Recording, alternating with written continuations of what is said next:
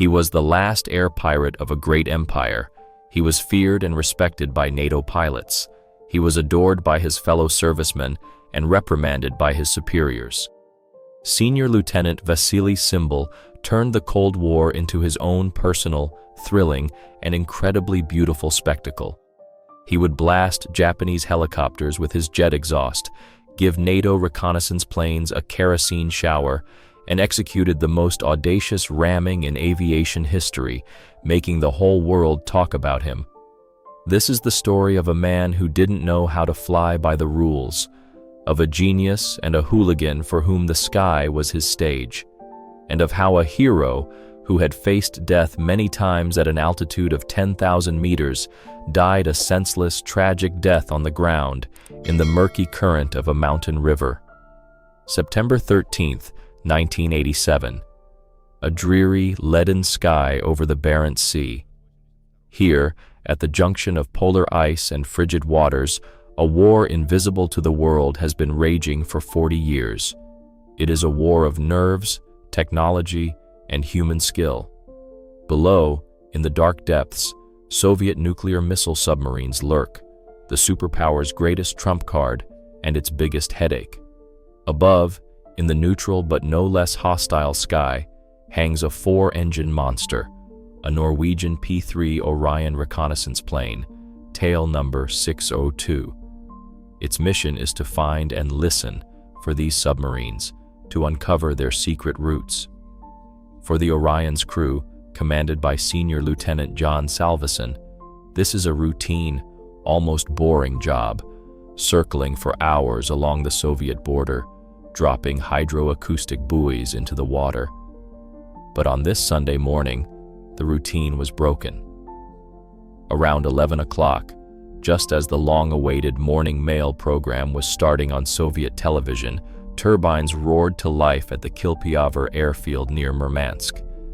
The newest, most advanced Soviet fighter at the time, a Su-27, was scrambled to intercept the brazen spy. At its controls sat a man whose name was already a legend among pilots and a nightmare for NATO crews. Senior Lieutenant Vasily Tsymbal, call sign Red 36. Tsymbal was angry. He had been torn away from his television, from a rare moment of peaceful life, and this anger, combined with his innate showmanship and his contempt for pedantic military routine, promised the Norwegians an unforgettable show. He appeared out of nowhere, like a ghost. The sleek, predatory silhouette of the Su-27 materialized next to the bulky Orion. Tsymbal made a few passes, showing off the missiles under his wings, a standard, polite hint that the guests had overstayed their welcome. But the Orion's crew was not easily scared. On the contrary, they were thrilled. The Su-27 was a new aircraft, a dark horse of the Soviet Air Force, and they, with camera shutters clicking, eagerly documented every detail, every rivet on its fuselage. The Norwegians' boldness grew. They didn't just fly. They began dropping buoys directly in the path of a Soviet submarine, revealing its position. For Tsymbal, this was no longer just a violation of the unwritten rules of the Cold War. It was a personal insult. An unclear, non-specific command came from the ground: interfere. And Tsymbal interpreted it in his own way. He decided not just to interfere, he decided to humiliate them. First, he gave them a kerosene shower. Passing right in front of the Orion's nose, he opened his fuel dump valves and released several tons of fuel, creating a thick, oily cloud that completely blinded the Norwegians. They fell back for a moment, but after wiping their windows, they went right back to their task. And then Tsymbal did the unthinkable. A maneuver that wasn't in any air combat manual. He went under the Orion, positioned himself directly beneath its belly, and began to slowly rise, centimeter by centimeter. The crew of the Norwegian plane lost sight of him. They began to rock their heavy aircraft, trying to look underneath. And at that moment, something happened that would forever be recorded in the annals of military aviation.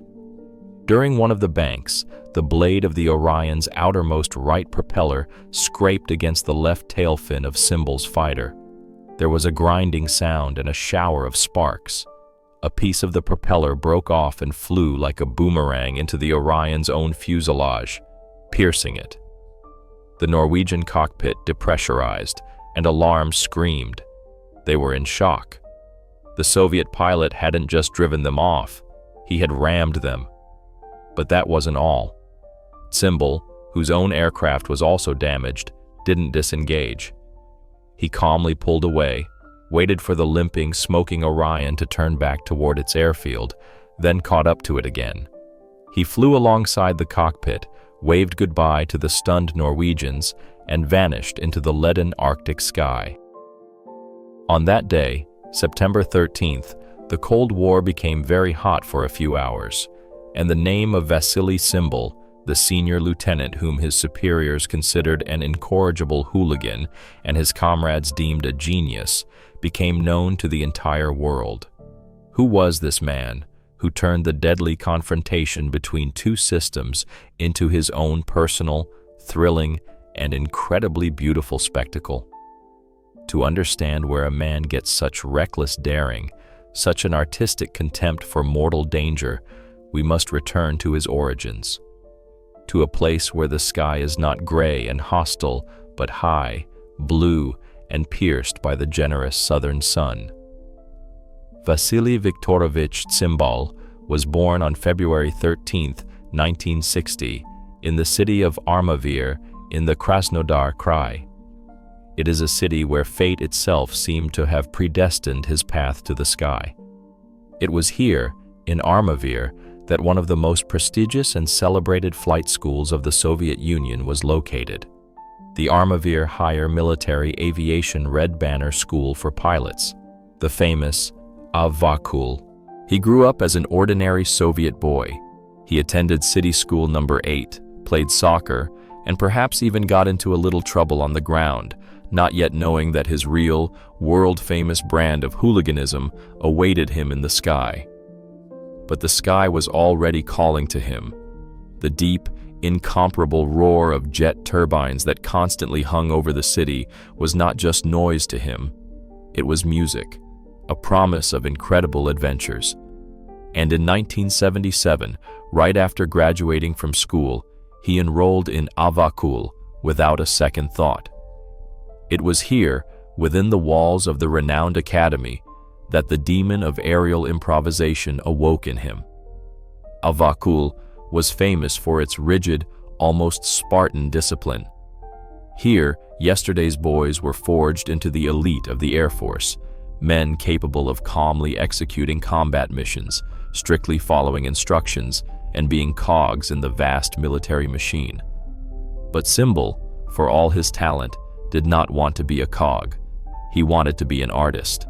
His classmates recalled that he didn't just fly well, he flew beautifully, with a special flair that was uniquely his.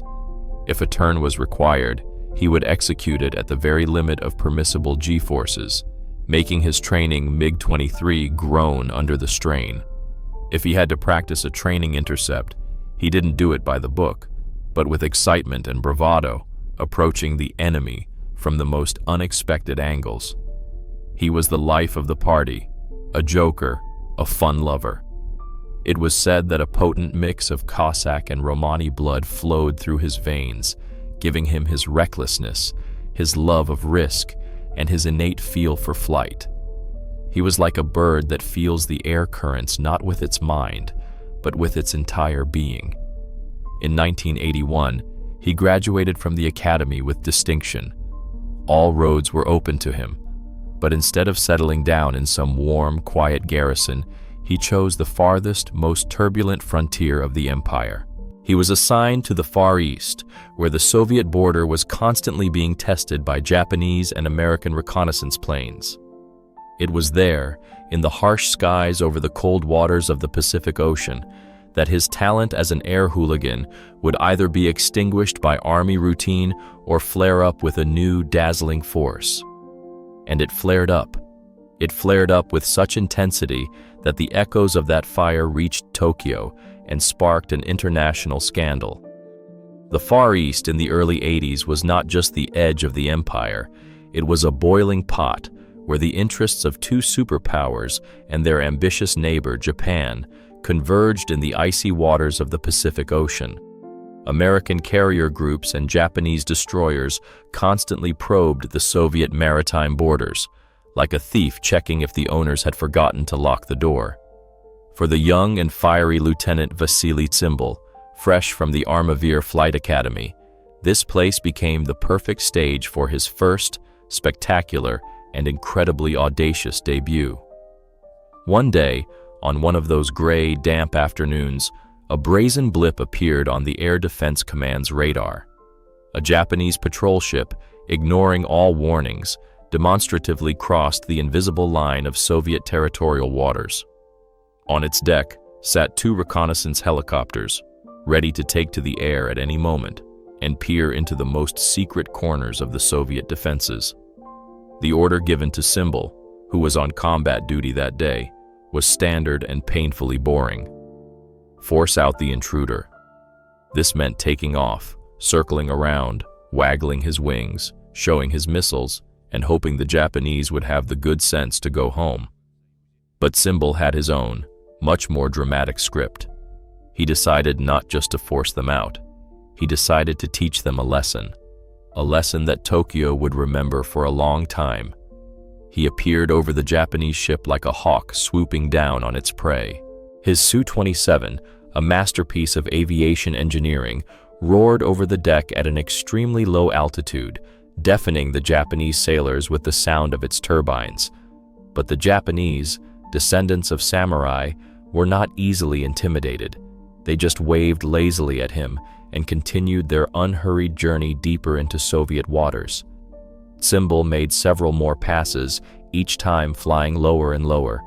There was no reaction. And that's when he realized that polite hints weren't working. Something more persuasive was needed. And he came up with that something. It was a maneuver that was not in any manual on the combat use of aircraft. It was pure, unadulterated improvisation, born of his roguish genius. He pulled away for several kilometers, turned around, and began a head-on attack run on the ship. Accelerating his multi-ton fighter to an insane speed, he flew over the deck at an altitude of only 5 or 6 meters, and at the moment he was directly over the helicopter pad, he did something that defied all logic. He hit the afterburners. A powerful, incandescent blast of jet exhaust, erupting from his engines, hit the deck with the force of a hurricane, and one of the helicopters, which the Japanese technicians were preparing for takeoff, was simply blown overboard like a feather. It tipped over absurdly, its rotor scraping the deck, and then crashed into the icy waters of the Sea of Japan with a loud splash. Panic erupted on the ship. The stunned Japanese crew ran around the deck, not understanding what had happened. And Tsymbal, after making a victory lap over his defeated opponent, decided to add a final flourish to his masterpiece. Passing directly over the ship's superstructure, he opened his valves and dumped the remnants of his jet fuel on the heads of the Japanese sailors, giving them a humiliating oily shower. Over the radio to the command post, he uttered a phrase that instantly became legendary in his regiment. "That's the end of that kitten." The scandal that erupted was monstrous. The Japanese Foreign Ministry sent an angry note of protest to Moscow. The command of the Far Eastern Military District found itself in an absurd position. On the one hand, Lieutenant Tsymbal had brilliantly completed his mission. The intruder had cleared out and was unlikely to venture back. On the other hand, his methods were, to put it mildly, undiplomatic. There was no official reason to punish him, but to reward him was dangerous. And so, a Solomon-like decision was made: to cover their tracks and to be able to answer any future Japanese complaints with, "Tsymbal who? We don't have anyone by that name."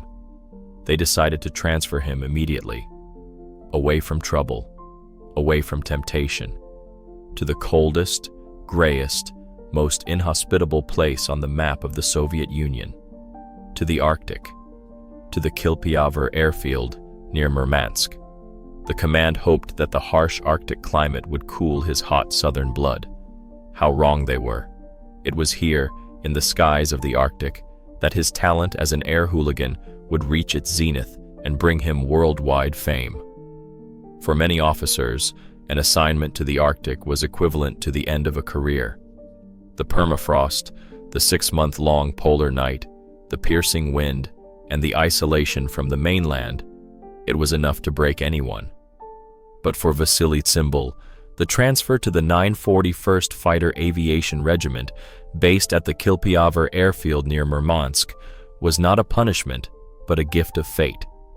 It was here, in the far north, on the most tense and critical front of the confrontation between the two systems, that his talent as an air hooligan, his showmanship, and his innate hunter's instinct were destined to be revealed in full, dazzling measure.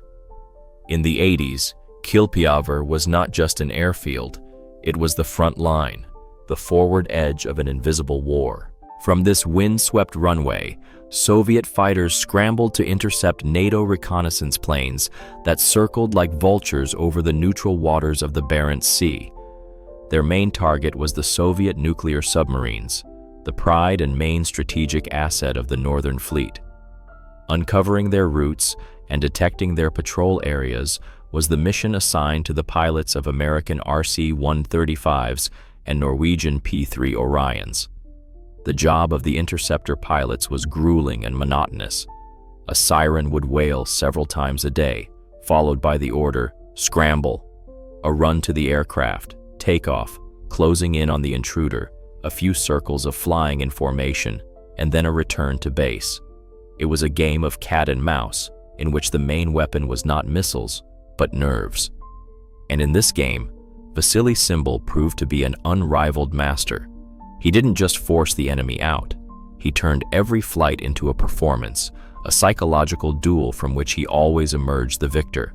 His signature move, which he had perfected back in the Far East, was the kerosene shower. He would approach a reconnaissance plane at a dangerously close distance and, by opening his valves, dump several tons of fuel in front of its cockpit.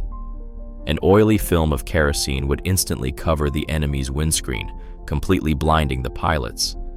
It was not just dangerous, it was humiliating. But that wasn't all.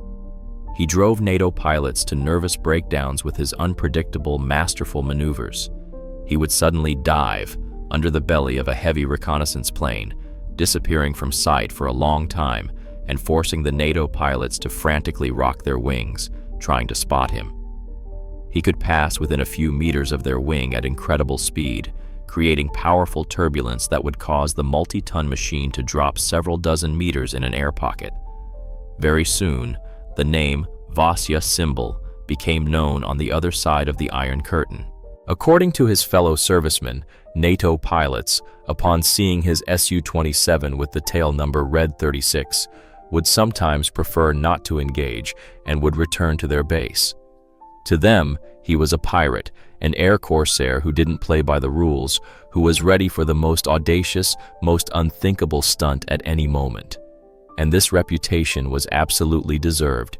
He felt his aircraft as an extension of his own body. He knew its limits and was not afraid to peek beyond them. For him, flying was not a job, but a creative act, an art form. And when, on September 13th, 1987, a particularly brazen and stubborn Norwegian Orion appeared in the sky over the Barents Sea, Tsymbal decided it was time for his greatest masterpiece, a masterpiece that would go down in history as the ramming for an encore. September 13th, 1987. The time is approaching noon. A low, gray, almost solid sky hangs over the Barents Sea. Here, in this lifeless void, another act of the Cold War is unfolding, quiet, tense, without a single shot fired. A Norwegian P-3 Orion patrol plane, huge and cumbersome like a pregnant whale, has been plowing through the neutral waters for hours, brazenly looking over the shoulder of the Soviet Northern Fleet. Jan Salveson's crew acts as if they own the sky. They drop hydroacoustic buoys like a sower scattering seeds, trying to detect the steel hulls of Soviet nuclear missile submarines. Their confidence is understandable. They are the eyes and ears of NATO. Their Orion is a flying fortress, packed with the most advanced electronics. And the Soviet interceptors that periodically appear alongside them behave predictably and politely. They show their missiles, waggle their wings, and leave. But today, everything would be different. Because from the Kilpiavr airfield, it wasn't just an interceptor that had come out to hunt. It was an artist, a predator. It was Vasily Tsymbal in his Su-27 with the scarlet tail number 36. His first appearance was dramatic. He didn't sneak up. He literally burst out from under the clouds, passing just a few dozen meters from the Norwegian plane. This was the first warning, a polite good day. But the Orion's crew took it as an invitation to a photo shoot. They curiously examined the sleek, never-before-seen lines of the Su-27, their camera shutters clicking. For them, it was a rare trophy. Tsymbal came around for a second pass, getting even closer. He demonstratively rocked his wings, showing off a full payload of air-to-air missiles. In pilot language, this was no longer good day, but isn't it time for you to go home? But the Norwegians seemed to be getting into the spirit of the chase. Not only did they not turn away, but they defiantly dropped another set of buoys directly in the path of a Soviet submarine. For Tsymbal, this was a slap in the face. He realized that gentlemanly methods weren't working. A short but potent command came from the ground: terminate. And Vasily decided to terminate, but he would do it in his own unique, signature style. He got on the Orion's tail, settled in, and, choosing his moment, abruptly hit the afterburners, passing directly in front of its cockpit. At the same time, he hit the fuel dump button. Several tons of jet fuel, erupting from the tanks, enveloped the Norwegian plane in a thick, oily fog. The Orion's windscreens were instantly coated in a greasy film, robbing the pilots of their visibility. This was the first act of humiliation. The Norwegians cursed, turned their wipers on full blast, and seemed to lose a bit of their swagger. But they did not change course. So that's how you want to play it, Tsymbal thought. And he decided to proceed to Act 2, to a mortally dangerous trick that would later be included in all textbooks on aerial hooliganism. He didn't attack again. He did something far more terrifying. He disappeared. He slipped under the enormous 60-meter belly of the Orion and hid there, in the blind spot where neither the pilots nor the onboard radar could see him. For the Orion's crew, the most terrifying minutes of their lives began. Imagine, you are in a huge, clumsy aircraft over a frozen sea, and somewhere beneath you, just a few meters away, a supersonic fighter with a full payload, piloted by an unpredictable Russian, is lurking. Jan Salvesen, the Norwegian cruise commander, began to frantically rock his heavy plane, trying to look under the wing and spot Tsymbal. This was a fatal mistake. At one point, during another sharp bank, the multi-ton Orion tilted too far, and in that very second, the furiously spinning propeller of its far right engine clipped the top of the Su-27's left tail fin. A monstrous screech of metal on metal, audible even over the roar of the turbines, filled the air. Sparks flew. One of the titanium propeller blades, unable to withstand the impact, broke off and, like a shuriken, sliced into the Orion's own fuselage, piercing its skin. At the same time, fragments from another blade damaged the engine's control system. All hell broke loose in the Norwegian cockpit. A sharp drop in pressure, depressurization, wailing sirens, panic. The plane began to lose altitude. They were sure they had been attacked, that the Russian pilot had gone for a ram. But this wasn't a ram in the classic sense of the word. It was a genius, masterful, insane improvisation. Tsymbal had no intention of dying. He simply walked up to the edge, and he forced his opponent to take the fatal step over that edge himself. His own plane was also damaged. A piece of the tail fin was stuck somewhere in the control mechanism. But Tsymbal didn't even think about disengaging. He calmly moved to a safe distance, assessed the damage, and, making sure the plane was still responsive, decided to finish his performance. He caught up with the limping, smoking Orion, which was already turning back toward its airfield in Banak. He pulled up alongside the cockpit, where the Norwegian pilots sat, pale as death. He gave them a final wave, as if to say, "Come back soon." And then, as if nothing had happened, he vanished into the clouds. It was the final shot, aimed directly at the bruised egos of the NATO pilots. The hunt for the Orion was over. The legend of Vasily Tsymbal had begun. When the damaged, but not broken, Su-27 with tail number Red 36 touched the concrete runway of the Kilpiavor airfield, they were already waiting for him, not with flowers and an orchestra, but with grim faces and uncomfortable questions. The plane's damaged tail fin, bearing fresh scratches, was more eloquent than any report.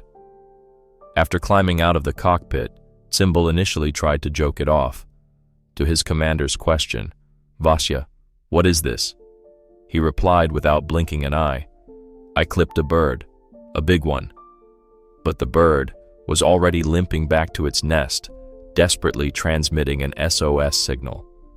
The crippled Orion was struggling toward the Norwegian airfield in Banak. A hole from its own propeller blade gaped in its fuselage. One of its engines was damaged, and despite the altitude of several kilometers, an icy wind whipped through the depressurized cabin. Under the cover of scrambled F-16 fighters, it finally made it back to base, where a commission and journalists were already waiting. A scandal erupted immediately, and it was deafening. The very next day, the Norwegian Ministry of Defense delivered a note of protest to the Soviet ambassador in Oslo. In it, the actions of the Soviet pilot were called irresponsible and potentially deadly. As irrefutable proof, they presented the very photos that the Orion's crew had been so eagerly taking just minutes before the collision. They clearly showed the sleek Soviet fighter moving in under the belly of the Norwegian reconnaissance plane. Images of this Russian souvenir, the hole in the Orion's fuselage, circulated around the world. Moscow reacted with lightning speed. 2 separate commissions were created to investigate the incident, one from the Ministry of Defense, the other from the High Command of the Air Defense Forces. Tsymbal was suspended from flying and summoned for questioning. The situation was delicate. On the one hand, the collision had clearly occurred, and it was provoked by the dangerous maneuvers of the Soviet pilot. On the other hand, the Norwegian plane had behaved in an openly provocative manner, and Tsymbal's actions, though outside the regulations, had ultimately put an end to the provocation. During the interrogations, Tsymbal remained calm and dignified. He did not deny his actions, nor did he express remorse. He clearly and logically explained that all his maneuvers were aimed at stopping illegal reconnaissance activity that threatened the security of Soviet submarines. According to his fellow servicemen, when one of the commission members, a high-ranking general, asked him why he went under the Orion, Tsymbal replied with a deadpan expression, "I wanted to see if anything from our Far East had gotten stuck to its belly." This was a subtle reference to his previous feat with the blown-over Japanese helicopter. The room where the meeting was held erupted in laughter. The general turned purple, but couldn't say a word. In the end, a compromise, a purely Soviet solution, was reached. Officially, Vasily Tsymbal was reprimanded for recklessness and exceeding his authority. His regiment commander, in his own words, got an earful from the Minister of Foreign Affairs himself, Eduard Shevardnadze. But unofficially, everyone, from lieutenants to generals, admired his actions. He became a true hero, a living legend. The silhouette of the downed Orion was symbolically painted on his plane, like a kill marking on a Watpu-2 fighter. And his line about the big bird became a famous saying in aviation circles. But this fame also had a downside. Tsimbal's name had become too well known. NATO pilots now recognized his Red 36 from a distance and preferred not to engage. The command understood that his every flight was a potential international scandal. and so they decided to get rid of him again, to be on the safe side. He was transferred from the north to the south, to the Krasnodar Krai, to the city of Krimsk, to a place where the skies were calmer and the opponents less brazen. It was an honorable exile, the last exile in his turbulent and short career. After the deafening scandal with the Norwegian Orion, the command decided that keeping a ticking time bomb like Vasily Tsymbal on the front lines of the Cold War was too risky. He was transferred again, but this time it was not an exile to the cold Arctic, but a return home to the south. His new post was the 562nd Fighter Aviation Regiment, based at the Krimsk airfield in his native Krasnodar Krai. It was an honorable retirement from the front lines. Here, in the skies over Kuban, everything was different. Instead of the leaden polar sky, it was high, blue, almost Mediterranean. Instead of the icy breath of the Arctic, there was a warm wind carrying the scent of blossoming orchards. And most importantly, there was no enemy. There were no brazen American and Norwegian reconnaissance planes testing your nerves and your skill every day. The sky over Krimsk was peaceful, almost sleepy. For Tsymbal, an aerial duelist, an avid hunter, it was like taking a thoroughbred Arabian racehorse from the racetrack and putting it to work on a collective farm, hauling hay. His boisterous daring, his showmanship, his talent as an air hooligan were not in demand here. He continued to fly, conscientiously performing training flights and passing on his invaluable experience to young pilots. But the fire in his eyes, that same devilish spark that so frightened NATO pilots, seemed to be slowly fading. He was born for a different era, for the era of the Great Confrontation, when the world teetered on the brink of war and the skill of a single pilot could sometimes determine whether an incident escalated into a global conflict. He was a hero of the Cold War. But the Cold War was ending. The 90s were approaching. The great country he had defended with such fervor and risk was coming apart at the seams. The army was gripped by a lack of money, chaos, and uncertainty. Planes were grounded more often than they flew due to fuel shortages. Salaries were delayed for months. Many of his comrades, brilliant aces, left the army to try to find their place in the new market economy, going into business, trade, or security work. Tsymbal stayed. He was loyal to his oath, loyal to the sky, but the era itself seemed to betray him. He, a born warrior, found himself redundant. His talents were no longer needed. The great game was over, and he, one of its main players, was left in an empty hall, not knowing what to do next. Life on the ground had always been more difficult for him than in the sky. Here on the ground, he was an ordinary man, with a family, with daughters, with everyday problems. His wife Valentina, his daughters Lilia and Victoria, they were his quiet harbor, his only anchor in this rapidly changing, incomprehensible world. Krimsk, which at first had seemed like a boring provincial town, became his home, his final airfield. He retired from the army with the rank of major. The man whose name alone struck fear into the air force of an entire NATO bloc became an ordinary military pensioner. He never received the title of hero, although, in the opinion of many of his comrades, he deserved it more than anyone. His greatest feat, his masterful ramming, remained in official documents as a gross violation of flight discipline. But in the memory of pilots, in hundreds of stories and jokes, he would forever be that same Vasily Tsymbal, the chief hooligan of the Soviet Air Force, the last knight of a dying empire. No one could have imagined that his earthly journey would end so senselessly, so tragically, and so cruelly. Fate is often cruel and ironic. It can spare you in the fiery whirlwind of aerial combat, at extreme altitudes and speeds where life and death are separated by fractions of a second, only to lie in wait and strike a cowardly blow where you least expect it, in the quiet, peaceful life on the ground. This is the cruelly absurd and tragic fate that befell Vasily Tsymbal, a man who had looked death in the face many times and emerged victorious every time.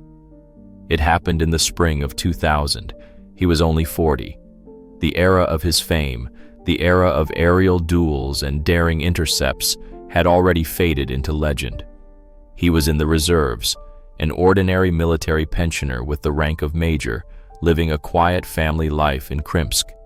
The country he had defended had changed beyond recognition, and his heroic deeds seemed to belong to another, past life. One spring day, on April 30th, he and a friend went for a barbecue at the Varnovinskoye Reservoir. It was an ordinary weekend, filled with sun, the smell of grilled meat, and friendly conversation.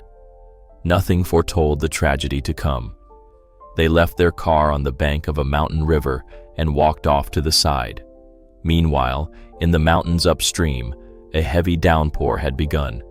Mountain rivers are treacherous. A calm, shallow stream can turn into a roaring, deadly torrent in a matter of minutes, sweeping away everything in its path. And that is exactly what happened. The water in the river began to rise at a catastrophic rate. Their car, parked at the very edge, began to be undermined and carried away by the current. For Tsymbal, his old Volga was not just a means of transportation. In the impoverished 90s, it was a small fortune. Losing it would have been a disaster for the family budget. And he, a man who never backed down from a challenge, decided to fight for his car, just as he once fought for the inviolability of his country's borders. His friend ran to the nearest village for help, for a tractor. But Vasily, not waiting for backup, decided to act on his own. He stripped down and plunged into the icy, churning water, trying to attach a tow rope to his car's bumper. He dived again and again, battling the powerful current that pulled at him and knocked him off his feet. But he was stubborn. During one of his dives, the unthinkable happened. The powerful current caught him, dragged him under the car, and pinned him to the riverbed. He drowned. The man who rammed enemy planes at supersonic speeds, who emerged unscathed from the riskiest aerial maneuvers, had drowned in the murky current of a mountain river while trying to save his old car. His body was found only several days later, after the water had receded. The current had carried him far from the spot where he had last dived into the water. Thus ended the earthly journey of Vasily Tsymbal, the last air hooligan of the great empire. He did not die in the sky, not in combat, not from an enemy missile. He died on the ground, the victim of a senseless, tragic accident. But in the memory of those who knew him, in hundreds of pilots' tales, in the history books of the Cold War, he will forever remain that same Vasily Tsymbal, fearless, daring, and unpredictable. The pilot who turned war into an art, and whom the earth, it seems, never forgave for loving the sky too much. Thank you for watching. If you enjoyed this video, please give it a like, subscribe, and don't forget to hit the notification bell so you don't miss our new videos. There are more amazing stories to come. Take care of yourselves and your loved ones.